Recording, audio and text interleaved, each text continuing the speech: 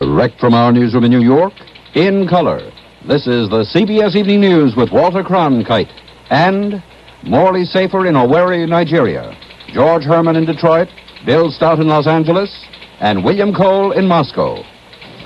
Good evening. The Soviet bloc military occupation of Czechoslovakia will continue indefinitely.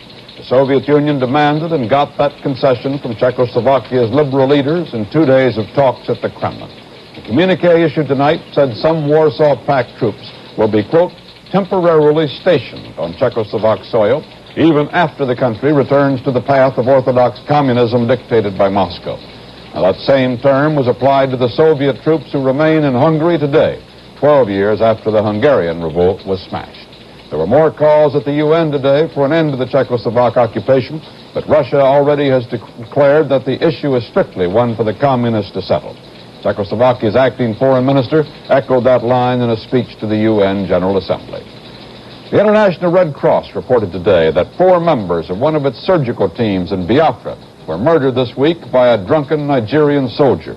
A spokesman indicated that because of a lack of safety guarantees, Red Cross workers may have to be pulled out to the fighting zones there. There is a deceptively informal quality about Nigeria's civil war, but it can be just as deadly as any other conflict. We see a case in point in this film report from Morley Safer, who accompanied a Nigerian military operation on a road leading to the last Biafran stronghold. This is the best kind of transport that corresponds to get in the Biafran War. It's hardly like Vietnam, where there were moments where you could lay on your own private helicopter. But believe it or not, I'm now on an operation with the Nigerian Federal Army.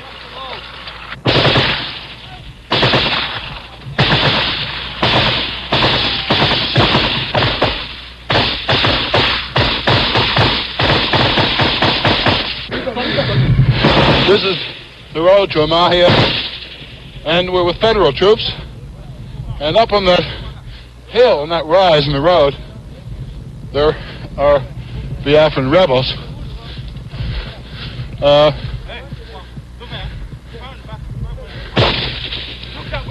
Security around here is not very much.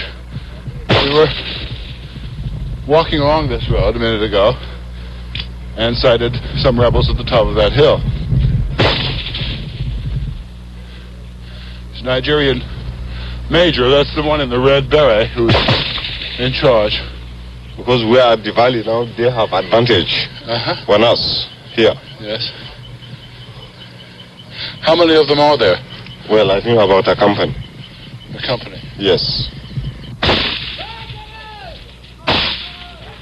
There's a trench up there, which I can clearly see, and you probably can't. Most of these men, in fact, are firing into these bushes. We've had a couple of rounds of incoming fire, but the Biafrans seem to be choosing their moments or saving their ammunition or something. And apparently that sound means that, I think that's a naughty word in Igbo. They're calling them cowards or something, and calling on them to come out and fight like men.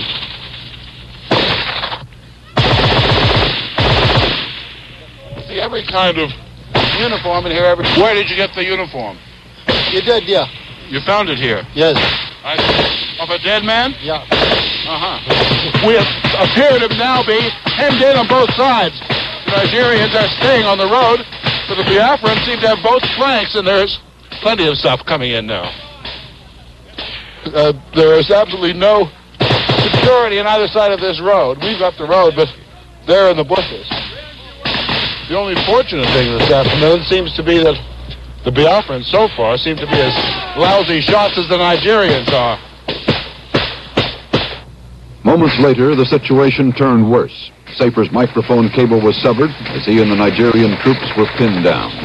Then tragedy struck a few feet away. Safer later recorded this narration. Biafran rebels poured withering fire down the road and from the bush, and a colleague, Priya Ramraka, a photographer for Time magazine, was hit. We crawled, dragging Ramraka back up the road he was losing blood. And then another newsman, Peter Sissons of ITN, was hit in both legs. Ramraka died just as we reached the aid station. What started out as a kind of military picnic has turned into a nightmare. Priya Ramraka, photographer for Time Life and one of my closest friends, is dead.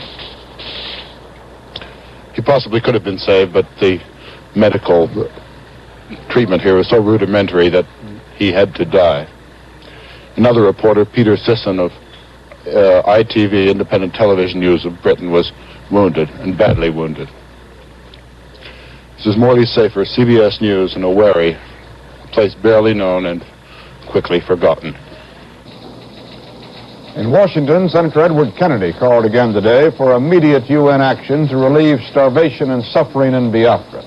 But a State Department spokesman said there is not sufficient support within the UN to carry out such an effort. In Mexico City today, renewed sniper fire was reported in the same area where at least 30 persons died Wednesday night in fighting between troops and anti-government students. Managers of some Olympic squads at training camps 15 miles from the trouble area have banned newspapers because the stories of violence were said to be upsetting the athletes. General Juan Velasco Alvarado, Peru's Army Chief of Staff and the man who led yesterday's coup, was sworn in as president today. His first acts were to suspend constitutional guarantees and dissolve the Peruvian Congress. In Washington, the State Department said diplomatic relations with Peru have, in effect, been suspended for the time being. In Santiago, Chile, about 2,000 student demonstrators broke a number of windows at the U.S. consulate today before being dispersed by police. Their leaders blamed Washington for the Peruvian coup and the crackdown on students in Mexico.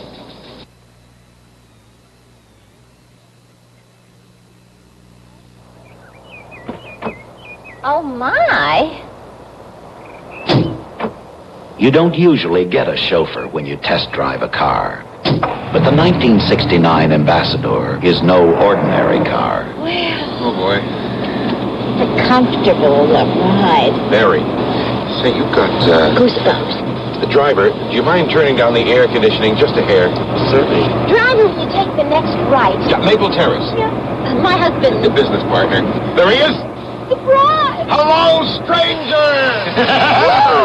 He would burst before he'd say a word. The Ambassador offers rich velour seats, air conditioning as standard equipment, and a longer wheelbase for that posh limousine ride. How about a little Music. Home Jane. To make an appointment for a test ride, visit your American Motors dealer. A number have chauffeurs available. South Vietnamese troops, accompanied by U.S. advisors, have reported killing 150 communists in a Cambodian border battle 60 miles northwest of Saigon. 4 Americans and 15 South Vietnamese died in the day-long fight. In Saigon, a U.S. spokesman said pilot error apparently caused that collision between an Air Force transport plane and a helicopter near Hue last night. 24 Americans were killed. Richard Nixon was reported today as having no doubt that he can end the Vietnam War through diplomacy within a year after becoming president, but as having no secret plan to accomplish that. Basing its report on a long conversation with Nixon, United Press International said that he refuses to make campaign promises to this effect because of the Paris talks. UPI added, however, that he is confident that flexible diplomacy can end the war. Hubert Humphrey also is displaying confidence, predicting that a very dramatic change will push him into the front of the presidential race. He believes that on his just-ended 2-week stumping tour, his campaign, quote, turned the corner. Today he attacked the running mates of both his rivals, particularly General Curtis LeMay, for his remarks about nuclear weapons. Now, this is the man who would stand in line to succeed the third-party candidate in the presidency if they won the election. And were he to become president, his finger would be on the nuclear trigger, I might also suggest that the American people should take a careful look at the vice presidential candidate of the Republican Party, because his finger could also be on the nuclear trigger. In the instance Mr. Wallace and his ticket. In my opinion, this is irresponsible and deadly dangerous politics. Humphrey's own running mate, Senator Edmund Muskie, acknowledged today that he wrote President Johnson last January urging an end to the bombing of North Vietnam. He said he had hoped that meaningful peace talks would be the result. He had similar hopes for the president's subsequent reduction of the bombing, he said, but it did not have that effect. Muskie added that he would risk a bombing halt now, only after assessing enemy military activity and intent. In a moment, we'll have a look at Senator Muskie on the campaign trail.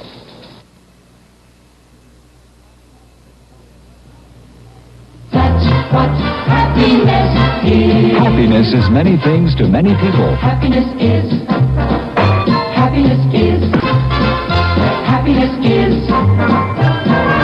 To a smoker, happiness is the taste of a Kent cigarette. That's what happiness is. What makes a smoker happy? That's easy. Flavor. The flavor that comes from fine tobacco. And millions of smokers will tell you that's what you get with a Kent. So light one up. Get a taste of what happiness is. Get the good taste of a Kent cigarette. Happiness is the taste of Kent. Happiness is the taste of Kent. Happiness is the taste of Kent. Good taste, fine tobacco. That's what happiness is. Join the millions of smokers everywhere who know. To a smoker, it's a Kent. In this campaign 68, more attention than usual seems to be focusing on the vice presidential candidates. Coming in for more and more of that attention is the Democratic senator from Maine, Edmund Muskie. George Herman reports. When Senator Ed Muskie, the tall, craggy-faced man from Maine, comes down the steps of his plane and starts handshaking his way through the crowd towards another political appearance, nobody knows quite what to expect. That's partly because he's still a political unknown in much of the country, but it's also partly because he's unorthodox, independent, a man with a will and a mind of his own. He likes to do what's unexpected. He gives the appearance of being the coolest and by far the most thoughtful of the candidates. Senator Muskie's style is still evolving. This is his first national campaign, and the audiences around the country are not quite the same as those of his native Maine. His speeches tended to be dull lectures at first, but soon his strength began to show through. When Stop the War students heckled him in Pennsylvania, he combined a willingness to listen with firm insistence on good manners. I'll suggest something right now with you young gentlemen. You pick out one of your number to come right up here now, and I'll give him 10 minutes of uninterrupted attention. There's another side to this bargain. If on your part you'll give me, and you listen to this part of the bargain, you give me your uninterrupted attention.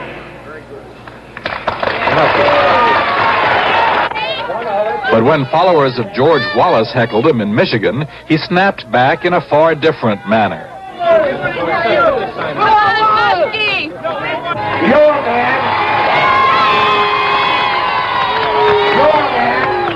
Oh, I know, that's a typical Wallace response. When you haven't got an answer, you make noises.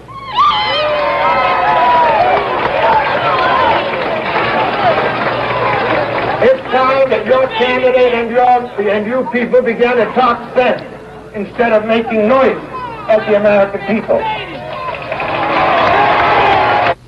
I get the impression sometimes that you get more impatient with Wallace hecklers than you do with young leftist hecklers.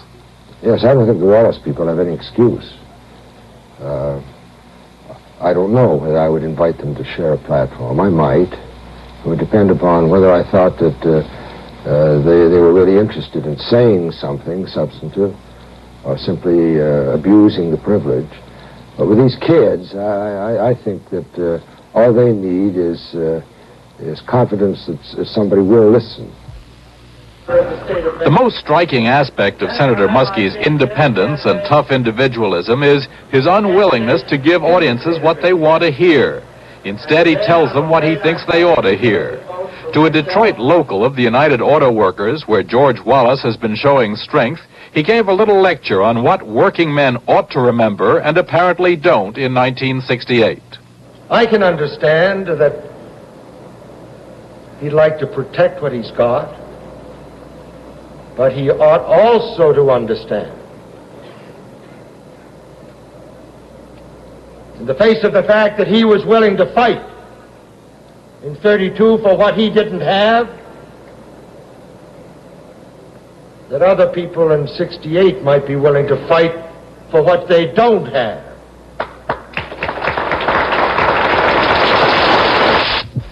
A constant companion and careful listener is Mrs. Muskie. She also keeps a critical eye on his appearance. Not always. Yesterday, I caught him in sort of an era with navy blue socks and a green suit. Senator has mentioned in some of his speeches that his children think he has a short fuse. Does he have a temper? Well, any man in the Senate, I guess, is under lots of pressure. And naturally, where he blows his stack is at home. It doesn't happen often. And it was But as a campaigner, Senator Muskie can be tough when something makes him mad. His early, lackluster campaign suddenly gathered momentum, force, and spark after he heard a couple of Richard Nixon speeches that got under his skin, and he began hitting back. And what is Mr. Nixon's record? As Vice President in 1960, a federal aid to education bill was before the Senate. This was before President Kennedy had taken office.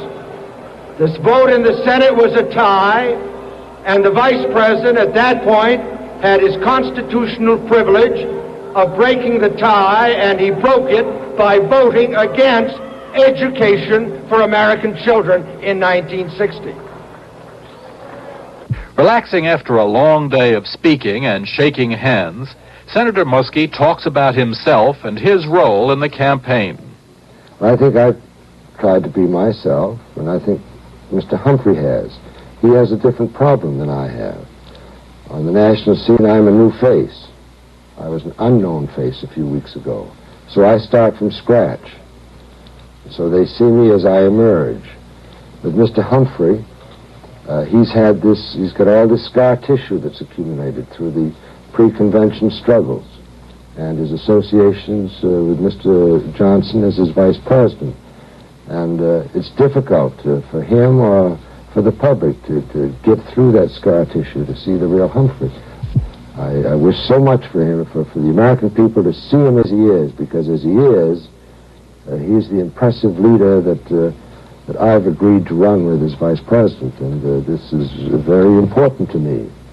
I wouldn't do it lightly. I wouldn't follow just any man in this spot.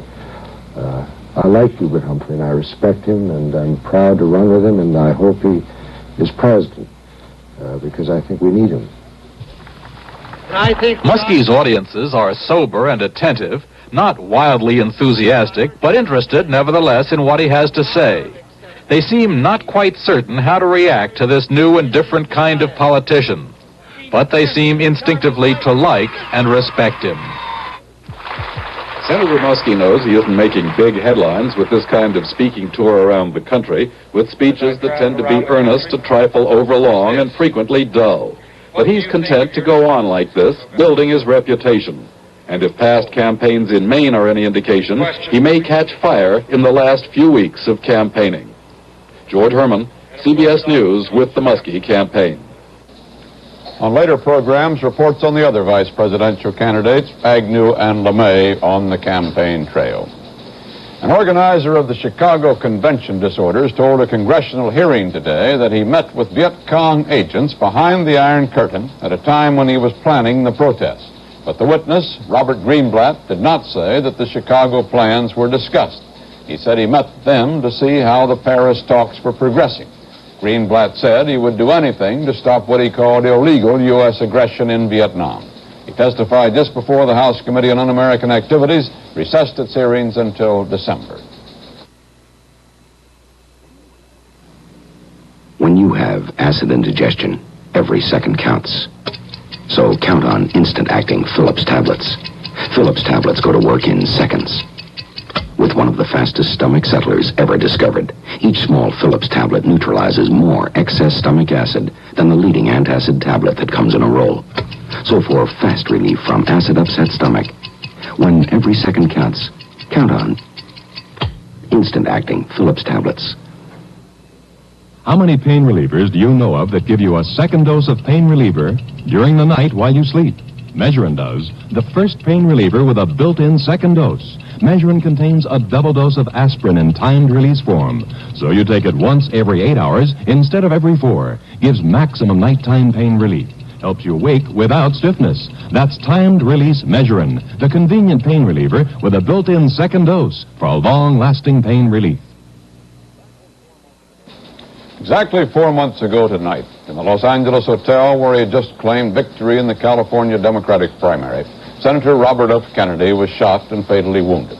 Today, in the same city, Sirhan Sirhan, the man accused in the assassination, made another court appearance. Bill Stout reports. For the 24-year-old Arab immigrant, his sixth court appearance was the shortest, 5 minutes in a special hearing room near his jail cell atop the Hall of Justice. With him, defense lawyer Russell Parsons. This one brief look with one camera shared by all television stations. Otherwise, the usual strict security. Newsmen were carefully searched. No cameras allowed in court. His lawyer says he's nervous, but Sirhan smiled and waved when he saw his mother. She sat across the room with one of Sirhan's two brothers. They heard defense motions about evidence and asking a delay in the scheduled November 1st trial date. Afterward, the question of locking up the jury from start to finish. I might say that we are not in favor of the idea of locking the jurors up for the entire period of time because it's a terrible burden on a juror to have to be in effect almost in solitary confinement for, say, 2 or 3 months. I'm in favor of it because if something should happen and we raise the question, the court may say to us, higher court, if we have to go that far, if we do, they might say to us, why didn't you ask that this jury be sequestered? Say, look, you had a remedy, and now you're up here complaining, but you didn't use what you had a right to do. Parsons talked, too, of Sirhan's mail.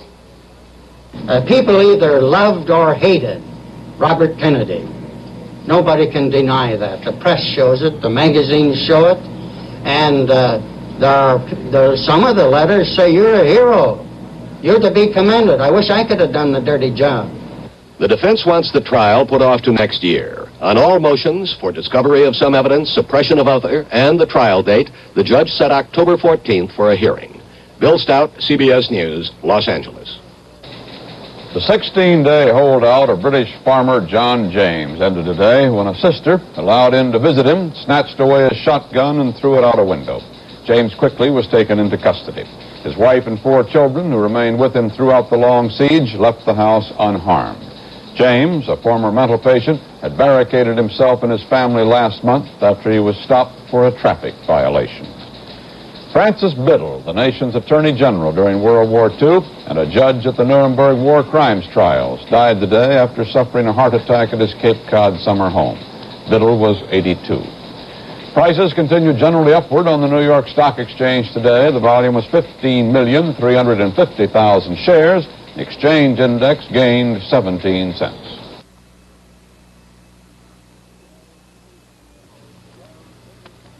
Shell's hidden camera rolls again. Paul Scheer doesn't know it, but that Shell dealer is really comedian Tom O'Malley, who's going to try to sell him off of Super Shell. Let's watch through our hidden cameras. Did you order the Super Shell? Yeah, I sure did. What do you mean you sure did? You fallen for that baloney? Why? This is one of the most overrated gasolines in the whole business. Well, I've never found anything any better. This is probably the most overrated of all the gasoline. Well, I think that's your own personal opinion. What's your opinion? My opinion is that it's about the nicest gas that I've ever used. I've had no knocks, I've had no problem with it, and I get the proper type of mileage. I'll bet you get bad mileage. Well, I happen to get excellent mileage. I have a Cadillac as well. In fact, we have 5 cars in our family. We all use Super Shell. Thanks, Paul Scheer. For good mileage, get Super Shell. It goes a long way. Women almost every place always are thinking of what to wear, and in Russia they're no exception. Tonight we have a report from William Cole in Moscow. Despite some hot political winds blowing in from Prague, a very real and very chill wind blew in last week from Siberia here to Moscow. So the well-dressed Soviet woman is beginning to think about her winter wardrobe. But oddly enough, a fashion show here is not a place she can get new clothes. She can't buy these dresses. They are not for sale. Russian fashion shows are held for the purpose of giving the girls ideas. From there on out, it's a question of going back home and getting to work on the old sewing machine. And neither are these women with pencil and paper fashion writers. They're housewives and college girls doing some sketching for their own do-it-yourself operations. No real attempts to mass-produce ready-made, low-priced clothes on an American scale have been made here. There's no doubt that this country, which produces high-quality space vehicles, can do it. The big fashion hits this year borrow something from old Russian folk art. There are dresses decorated with fine needlework from the Tartar people. There are even some which seem to hearken back to the frilly imperial styles of the Tsars. One of the Soviet Union's most famous models is Mila Romanovskaya. I was in London about 1 month ago, last 1 month, and very many mini skirts. I like mini skirts, but I think that fashion from young and strong and with lovely legs girls and only young girls. All these dresses are creations of this country's top designer, Slava Zaitsov. Slava believes there are no ugly women, only lazy women who don't bother to make their own clothes well. William Cole, CBS News, Moscow. And that's the way it is. Friday, October 4th, 1968. This is Walter Cronkite, CBS News. Good night. When my secretary typed on the Royal 660, she thought it was just another typewriter.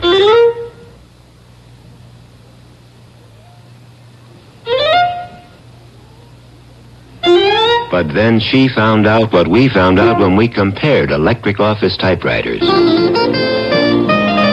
The Royal 660 is a finely tuned instrument for today's offices. More comfortable, more automated. It makes an important secretary's day easier and an executive's work more important looking. Now that our office has a Royal 660, we can keep up with today's tempo. We're in tune electrically. Is your office in tune? See your Royal man. Royal is electric when it comes to typewriters. Plug in a Royal for home, school, or office. A product of Litton Technology. Direct from our newsroom in New York, in color, this has been the CBS Evening News with Walter Cronkite.